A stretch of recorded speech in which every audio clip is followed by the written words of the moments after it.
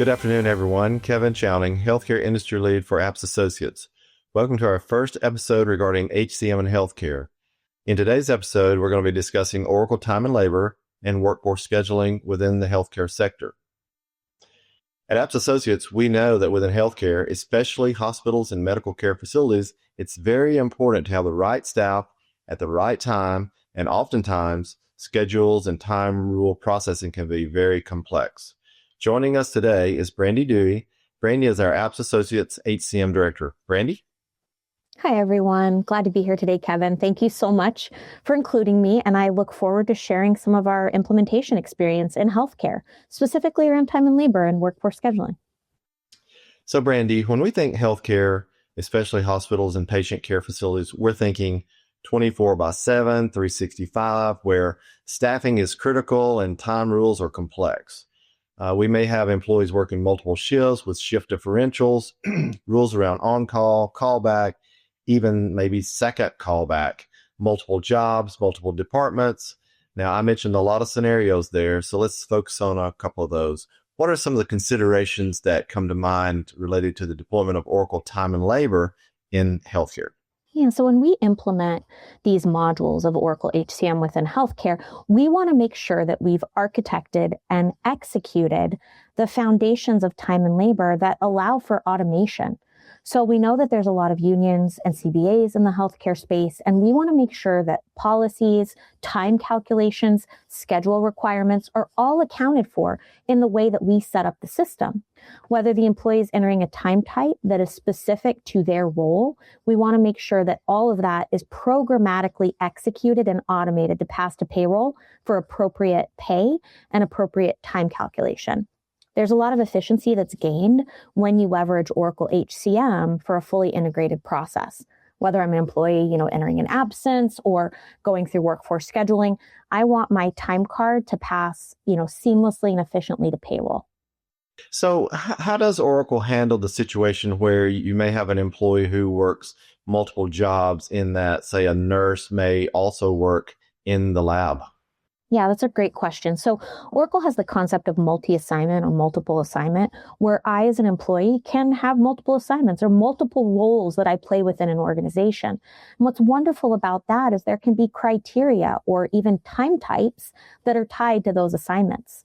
I can only pick a shift diff time type if I'm working a role that has that available to it. You can also tie absence balances and PTO policies to these multiple assignments.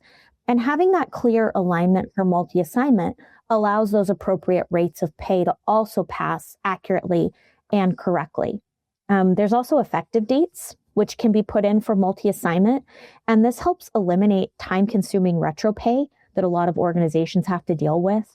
So really, Oracle HCM is natively embedded with this functionality that really complements the healthcare space in terms of multiple assignment.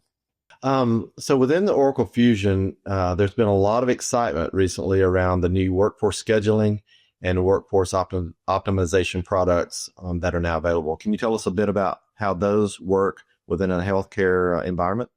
Yeah, it's a really exciting time as Oracle rolls out workforce scheduling and workforce optimization, which is filling a gap that's been there for a long time. And we especially saw that gap in the healthcare space.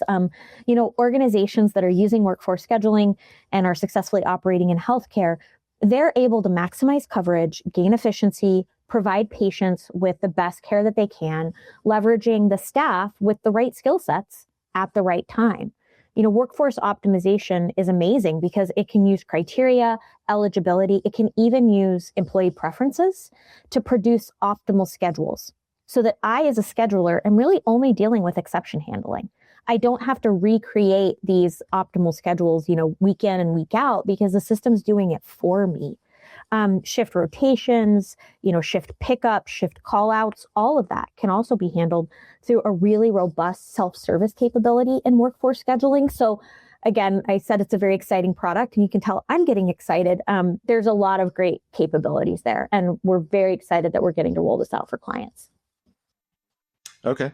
So we can't end this session without talking about AI. Can you highlight a few AI features within time and labor and or workforce scheduling? I absolutely can. And you're right, we cannot get away from talking about AI because it's so critical to how Oracle HCM is functioning now and all of the features that it can provide to our end users. So workforce optimization is actually embedded with AI capabilities that create those optimal schedules. And then in addition to that, Oracle HCM is providing seated AI agents all across the tool. But some area where we've seen a lot of advantages is in time and labor, where you can help employees in the application receive guidance, tier 0 support in terms of policies and procedures, which can lead to more accurately recorded time for both employees and even time review by managers. So those are a couple of areas where we're definitely seeing AI take hold in this space. Thank you, Brandi. And thank you for joining me today. Thanks to our viewers for watching.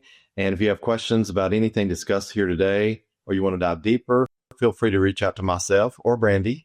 And remember to follow us on LinkedIn and follow Apps Associates on YouTube. Thanks, everyone. Thanks, Kevin. Thank you.